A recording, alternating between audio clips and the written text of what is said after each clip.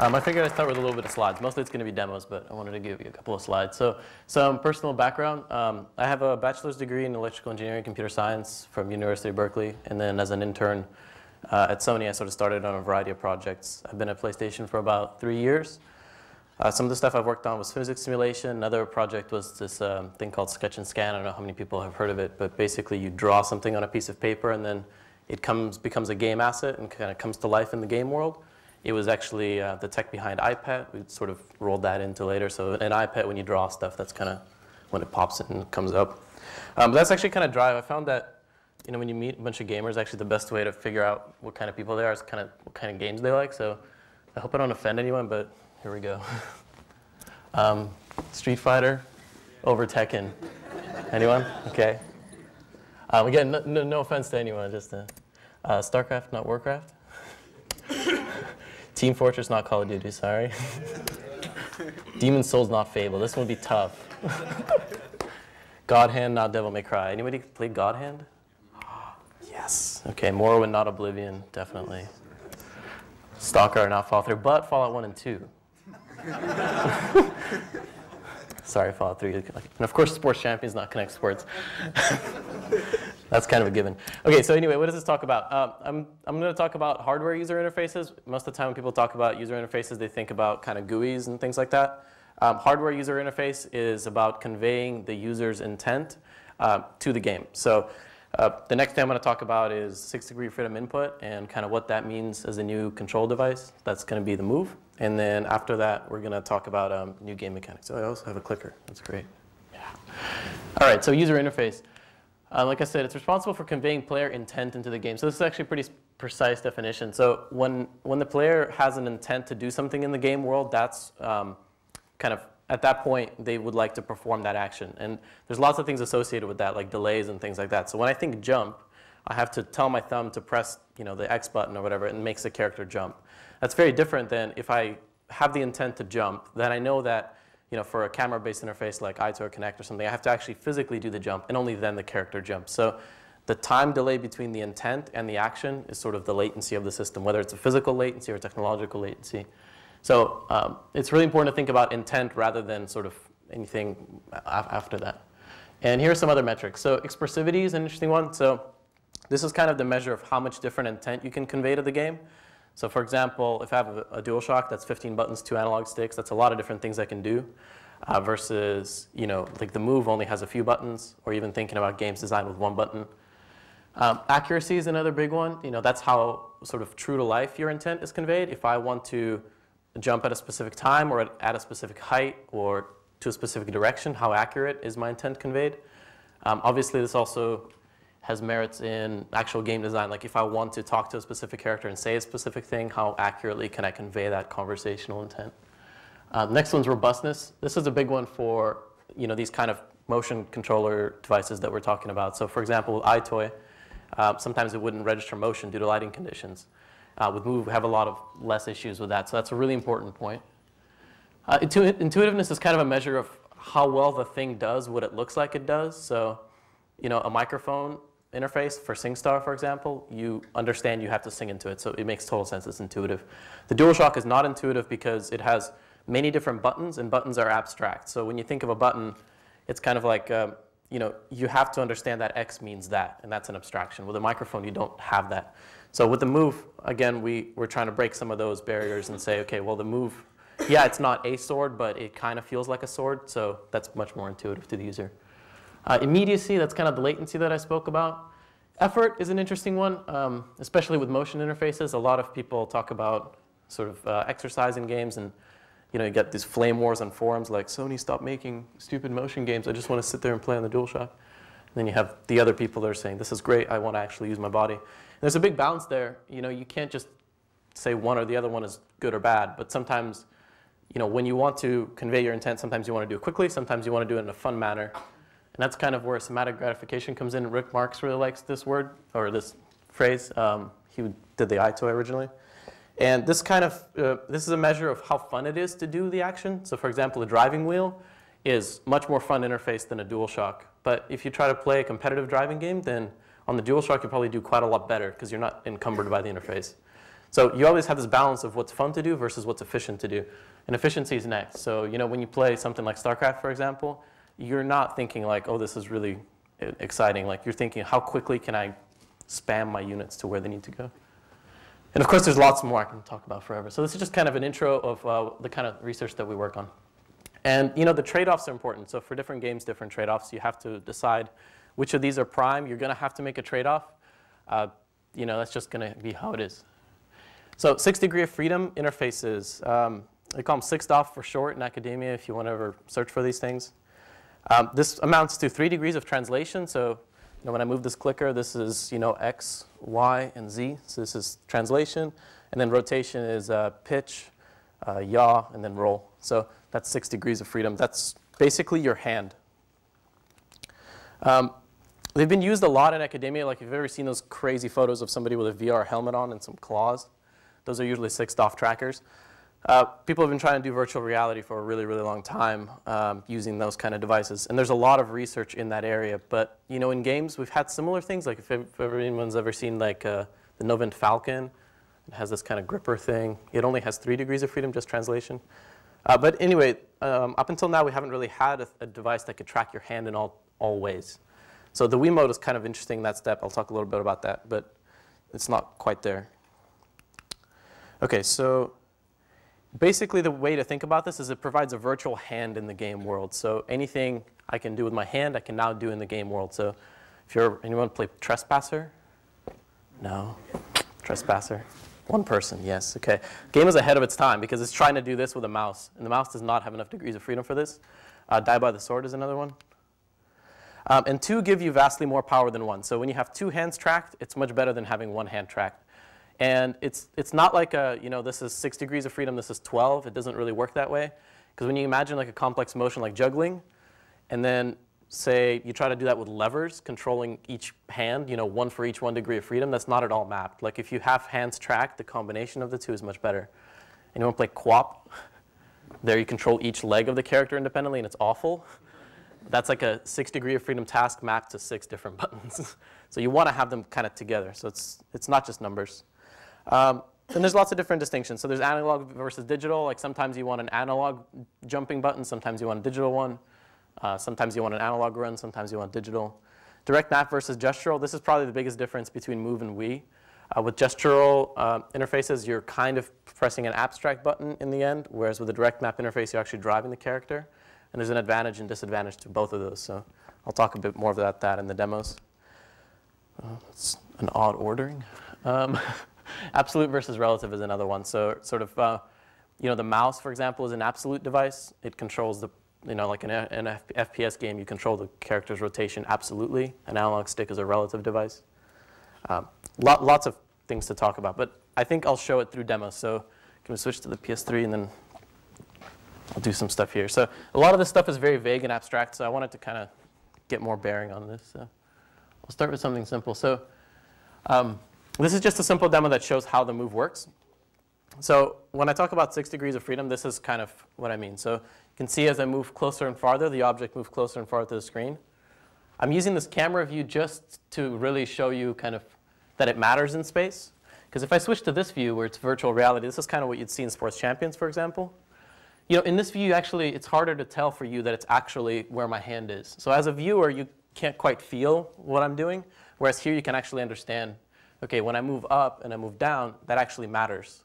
So an interesting thing you could do is, so I'll cover this sphere up. The sphere is what does the absolute tracking. See what happens? Like I can move left and right. This is kind of what the Wii does. But it doesn't know actually where I am. So that's important. When I go to this mode, you actually can't tell very well. Yeah, I'm swinging left and right. That's OK, whatever. Right? So then when you watch videos, it actually looks very similar. But the feeling to the player is very distinct because they feel like, oh, wow, I actually control this object. So I urge you guys to come try it afterwards if you have time, or if you have already.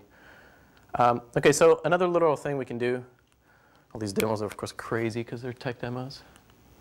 OK, so I talked about sort of virtual hands. So what if I actually have virtual hands? So the trigger on the back is an analog trigger. So it has this nice, precise squeeze to it. I can squeeze kind of hard or soft. And I've modeled a physics demo so you can actually see the physics wrap around properly around the object. So I can sort of pick objects up and it looks realistic. So I can, still some issues. But see, now the grip will change sort of systematically, like if a finger doesn't quite get it. And this is really easy to do with current physics engines. It does take more processing power than you're used to, but it's not terrible. So it's also a really interesting thing to play around with. Nobody's really done stuff like this before because, again, you can't do this with gestures. If I do this with gestures, it becomes really, like I can't do these kind of precise actions, right?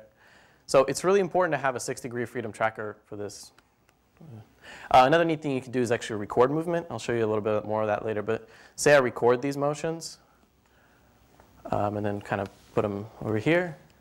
OK, so I'll turn off the recording. I'll reset the system, and now I'll play it back.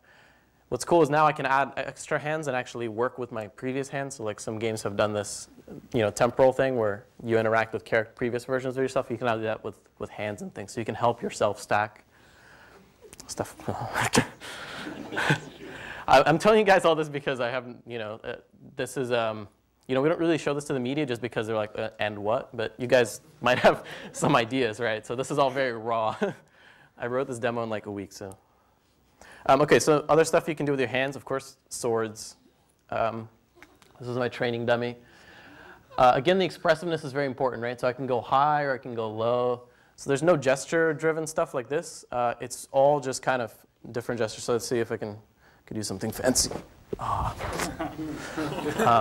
You can do like really interesting stuff. So you actually get you get a feel for the object in the game because it is acting like you're acting. So I used to take fencing, so I have kind of this motion down. Another neat thing you can do is you can pick them up with the other hand, kind of like Star Wars style, chop them up.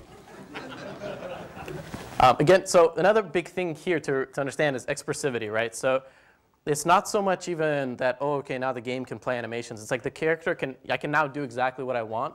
And you get all sorts of cool emergent behavior. Like I can actually go reach around and bring his legs up and stuff. So the player just feels much more engaged with the game because it is doing what they're doing instead of mapping to an avatar doing the actions. And then they can also create their own custom ways of chopping this guy up in this particular case. Another neat thing is for spell casting, traditionally you kind of wave your hand around and then something comes out. That's kind of the gestural model. Again, I don't really mean to like rag on the Wii or anything like that. The Wii is just an instance of an inertial system which only tracks your kind of accelerations. And gyro mice are another version of that. There's lots of devices that do this. But gestural devices, they tend to have this feel about them that you do something and then an action happens. And that's not something you can fix with an inertial end device. That's what we were trying to fix with the Move. OK, so casting spells with the Move. I can actually spout fire out of my hands. So I don't have to actually create any kind of spell. If I want to make a wide area effect spell, I can just spread my arms around and I can kind of throw that. If I want to make a small fireball, I can kind of do that. Of course, I can also do it in augmented reality. I have to make my own sound effects because we don't have sound support. But again, just playing around with this is fun. So you get that somatic gratification aspect where I feel like I'm holding this fireball, and that's really important. But the expressiveness, I think, is huge because that's something where you can go from having predefined actions to something that's much more emergent in the gameplay. This next demo takes a while to load. I think the reason that's important, by the way, is that you have these open sandbox games where you run around, you do different things, and you can kind of express your intent in that way. Now you can do that same thing in a physical space. I think a lot of times people think about motion control games as just kind of physical kind of exercise or just kind of gimmicky. But the point is with this device, you actually get way more degrees of freedom than you can do with a DualShock. So for spatial tasks, it's much better than the DualShock, actually. So there's not like a trade-off you make. So a spatial task that would be really hard with the DualShock. So I'm a chameleon. That's why you haven't seen chameleon games very often, probably. So as a chameleon, the way the chameleons climb is they kind of grab stuff and kind of go around. And what's neat about this is that it's very intuitive. So again, this goes back to the one-hand, two-hand thing. So so first, starting off, if this was on a DualShock, you're already thinking like, OK, I have to like rotate, look, And then like what, fly or click or like use a cursor? Like how do you even do that? With this, you just put two hands, again, the two hands metaphor, and you just go. And I can do this very quickly, or I can do it slowly and deliberately. I can do kind of very quick motions or okay, and then going back to the one hand, two hand thing, if I was to do this with one hand, it now feels like I'm crawling. Like I'm just, it's not good, basically. But with two hands, what you get is humans have this natural kind of pipeline with their hands. So as I'm going forward, I'm already reaching my left hand. So it's not that I'm going 1, 2, it's I'm going 1, 2, 3, 4, 5, right? And you get that naturally. As you climb, you obviously do that. But you don't notice that until you actually give the user two hands. So again, you get more than just two hands. You get this connection between the user's hands. You get to leverage their muscle memory. So you can move around these worlds quickly. And what's interesting here is, of course, I don't have to grab the branches. A couple of you probably noticed that. Because this is really just, just a model that we're surveying. This is known as ratcheting in academia. And what's cool about this is you can use this to inspect the model. So imagine this isn't a tree. Imagine you can actually look around a map. You can take the map. It's very natural. It's as if you're holding a floating hologram. Again, you kind of have to try it. Another cool thing chameleons have, by the way, is two eyes. So if I press this thing, I can actually control my eyes independently. I don't know if that's... I've also piped this into 3D. And what you get is a headache. So in case you're wondering, you cannot fuse two different images going in different directions, contrary to what you might think. OK, so kind of switching gears. These are just pointers. This is probably the most boring demo we have. Again, these are demos we give to developers as well. So these are just cursors. But an interesting idea about a cursor is our cursor is not 2D, like the Wii pointer or like a light gun. Well, some light guns. We actually have a 3D cursor. So when I make it a flashlight, it's actually important for a flashlight. If I step to the right, it's not sort of doing this, right? It's not doing this kind of paradigm where it's just always pointing at the target. I can actually flashlight over here or over here. And what's cool about that is I can actually go above or I can go below.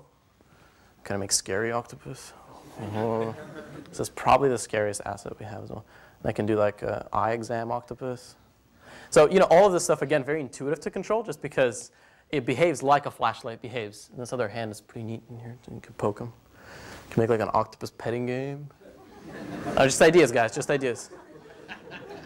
Oh, by the way, that chameleon game, somebody threw out an idea to put that into Shadow of the Colossus. I thought that'd be awesome. I don't think they're going to put that in, but imagine like climbing the Colossus with your hands.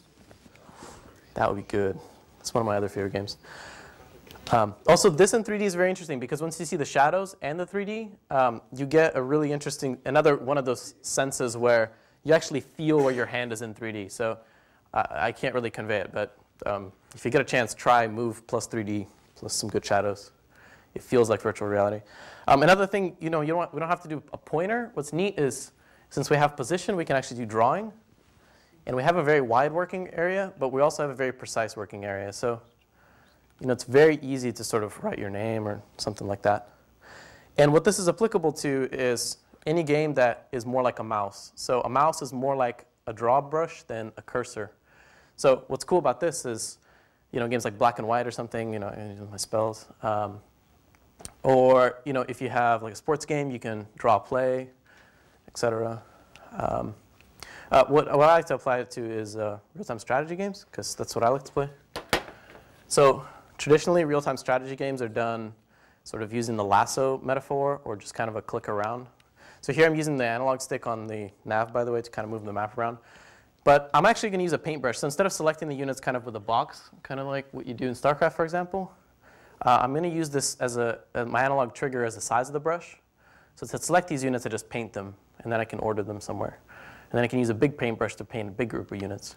And what's cool about that is that in this kind of group of units where it might be hard to kind of micromanage a couple of these, I can very quickly select these two without accidentally selecting all of these. And if I want to select all of them, I just do a big broad stroke. So you can use this analog trigger as a painting metaphor for other games. It doesn't have to be like art necessarily. It could be real-time strategy. Another neat thing you can do inside real-time strategy is actually do much better camera control. Oh.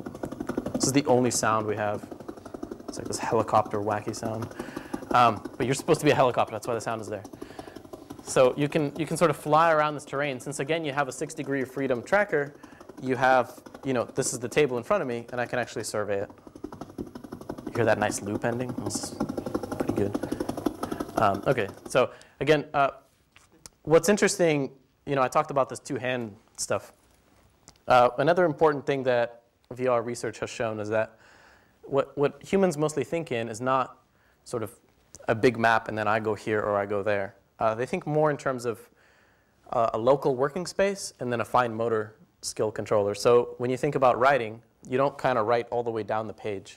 What you do is you hold a piece of paper with one hand, and then you write, and then you move the page, and then you write, and then you move the page. So you have a fine motor hand doing stuff, and then you have another hand that's kind of doing the global movements. So what you can do is you can have one controller mapped to the global movements, moving the mouse, and you have another controller controlling your units. And it feels much more like a palette. So it's an interesting feeling. Another thing that you can kind of play around with. It's almost like having two mice. Anyway, I have to keep going through these quickly because we don't have much time. OK, so puppeting. Onto something totally different. Controlling different avatars is also much better. I can now control an avatar much more free space. Here we're using the iToy for head tracking. Again, I can have very precise control over my fingers. So I can imagine picking an egg up very slowly and not trying to crush it. Or maybe if I have to grip the sword handle tightly, that could be another game mechanic. Obviously boxing games and things like that can have different kinds of hands. Let me switch to, of course, it like freaks out on me. You can have different kind of like big hand or claws. I have a pointing finger. Terminator finger. OK, but people are kind of easy, and I think people have seen kind of body tracking demos to death now. What's interesting is mapping these things to kind of animals or other creatures of sorts. People and robots kind of make sense because you understand how to do that. But what about things like a spider? How do you control a spider? Would you want to kind of move its legs so it runs? Well, that's kind of tiring and needless, right? How would you actually map these devices to other creatures? I actually don't know. I've done it to a snake. So like you put the snake head here and you just attack like this. It's actually really fun, and you control the snake very precisely. So things like that are, I just haven't been at all explored before just because nobody's really been playing with these things again. And then, of course, creation. This is one of my favorites. This is just a simple Lego demo. It's much easier, of course, to use this than a mouse because I can now like rotate this. I can put things in 3D. I have other blocks, yeah. Actually, this is an interesting demo because we have a gesture in here that's actually very applicable. So like I flick my wrist left and right, and it can kind of turn the block. This is a nice place where gestures are actually better than direct map. Because if I want to just turn this block around, that's a pain, right? Because you don't do that with real blocks. So I can use a gesture to turn this block around. So a mixture of gestures and direct map controls is a very powerful thing if done correctly. Because it can ease your interface, but also allow you for these very fine motions. So this demo has some technical issues, but I think I'll just explain it. The basic idea here is it's a modeling tool, and you can actually mess with this face and model it. I'm a bit sad because it's one of the better demos as well. But you can imagine creating custom weaponry, geckos and stuff. I'll switch to these. So like I have a sword in here. You can imagine creating a custom sword. Again, using the two-hand interaction, you're holding the object with one hand, and you're stretching and pulling it with the other. So it's very intuitive to make different kinds of objects. So you can imagine making a sword for an RPG. So again, you don't have to use this controller in an RPG or any kind of 6-DoF controller because RPGs are long. It's like 80 hours or whatever. So, but you can imagine making weaponry or creating a character's face or maybe even recording your own moves like we did in that dummy demo. You could record different moves and then play them back through your character sort of at real time. So you can do these combinations between things. Are we doing it on time? We're good? OK, so another kind of notion of creation is you can actually make objects this way. This is sort of standard multi-touch stuff. Many people have seen this before. What's neat about the Move is you can do it in 3D, so you can bring objects in and out. What's actually the best part is that we have rotation as well. So this really shows you the 6-degree of freedom stuff. You don't just get 2 points. You actually get rotations between them. This really shows how powerfully your hands can work together. So another interesting thing about multi-touch is it's actually very hard to use in a real application. When we showed this demo, I actually feel kind of guilty most of the time because every time you see Minority Report, everyone's like, oh, Minority Report. But then when you try to use it, it's actually quite awful. Like you're standing there and you're making windows with your hands and you get really tired.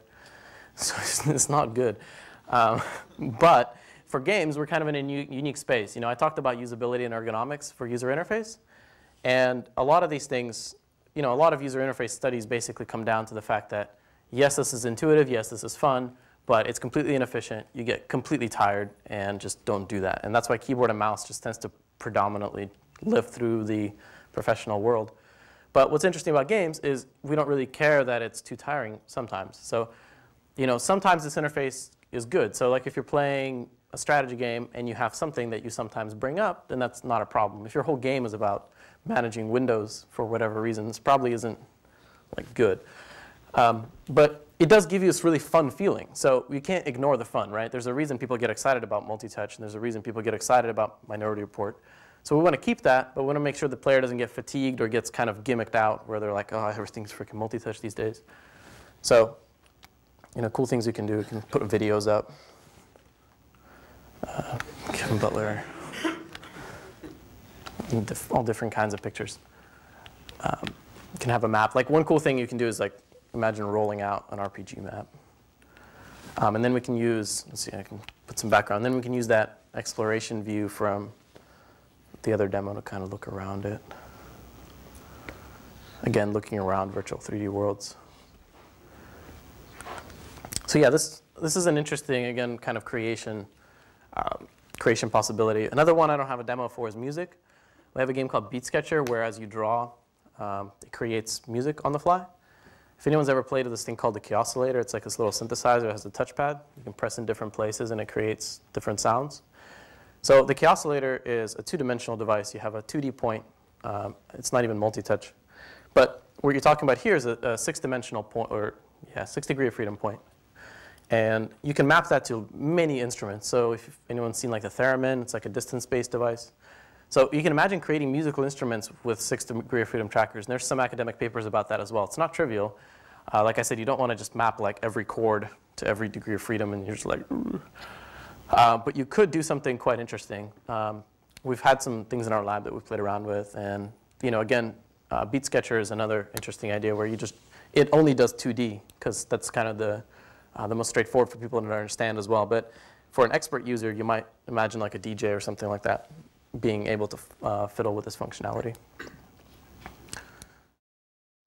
First of all, Anton, an awesome demo. I was just blown away by the things that you could do with the move. But the issue for me is that so like I love the idea of having so 60 degrees of freedom in each hand, and that would allow for a lot of more intuitive movements. But the move stick doesn't have analog or D-pad. So I mean, we're talking about RPGs, and so we can't create an RPG where characters can't move forward. Right. So like, how would you address that problem in terms of control? Yeah, so that's actually an interesting design thing. I mean, we definitely thought about putting an analog stick on the move. That's like the simplest way to solve movement. An analog stick is a relative device, so it lets you kind of control the rate of change of velocity. That's not so important, but I guess the important part is when you couple that with position, it tends to be kind of confusing. So when you use it, you can't actually use both that and the motion oftentimes. Your brain just can't quite handle it, I think. So we left that off for many different reasons, so it wasn't like just like, oh, forgot.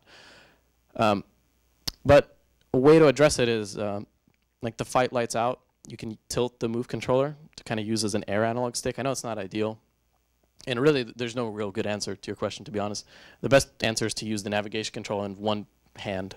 So unfortunately, two-handed interactions plus analog stick is difficult unless you start doing these tricks like, for example, instead of using the analog stick to move, if you ever played Diablo 2, they use a paradigm where you click somewhere and the character walks to that area. And that's actually a very twitch-based mechanic as well. So a lot of people like the analog stick because they're just used to it. But actually, point and go mechanics work quite well.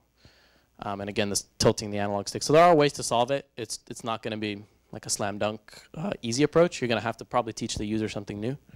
But since you do have all the degrees of freedom, you should potentially be able to come up with something. So I see. Thank you. Thanks.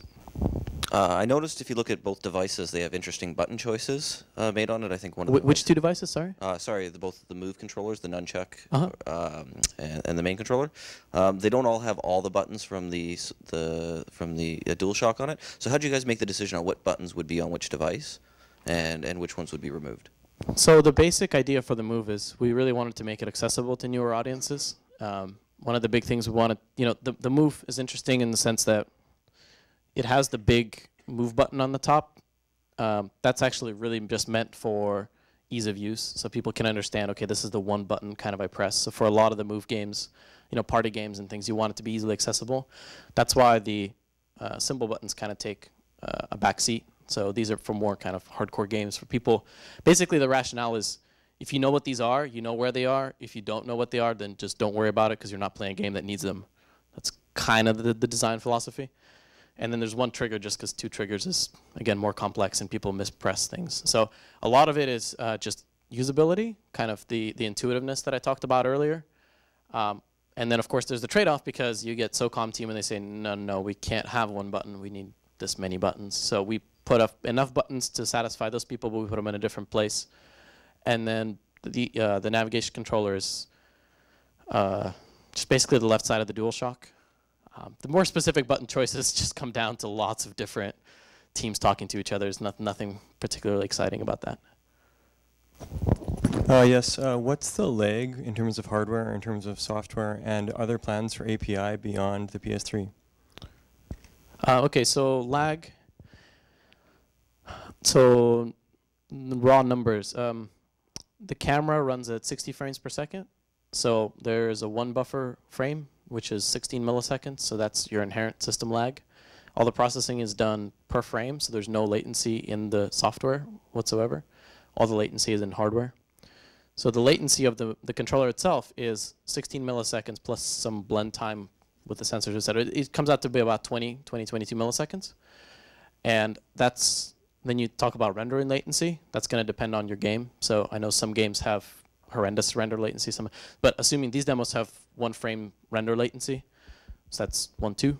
And then the TV, you're up to the mercy of the TV, unfortunately.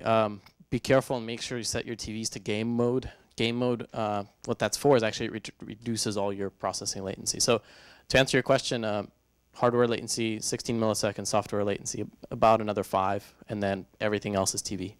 And then the question about APIs, further stuff, we're not announcing anything at the time, but keep a lookout. I've played games on the Wii, and I've tried first-person shooters, and something I've noticed is, like, if you're playing on a traditional controller, you can just stop moving the joystick to stop, like, your screen from moving. But on a motion controller, it's always mapping your movements. So how would you overcome something like that in terms of development? What's the problem with that? Just so I can understand better. I think I understand that. Sorry, just when you're playing the game, sometimes like it can't, it'll just map any movements, and so there's no room for error outside of movements that don't have to do with the game. So what you're saying is basically you have to pause in order to get up off the couch kind of thing. Yes. So yeah, that's the way you solve it. You make him pause to get up off the couch. You could try to be a little more intelligent, but honestly, most of the time you kind of mess up. Realistically, because I mean, if you make a false positive on your sort of non-moving detector, you're going to be worse off than if you just ask them to pause. There's other ways you can do it. You can, for example, make it so the cursor only moves when you hold the trigger button. That's the gyro mouse approach. Some people like playing with gyro mouse. Some people don't. So maybe you can make that an option. There's advantages to playing with the gyro mouse because you can ratchet very quickly. There's disadvantages because you don't get an instant feedback sometimes. So yeah, there's going to be a trade-off there. So I'm not sure how better to answer it than to kind of list the different issues. Okay, thanks. Cool. All right, thanks, guys. If anyone's interested, I'll be around.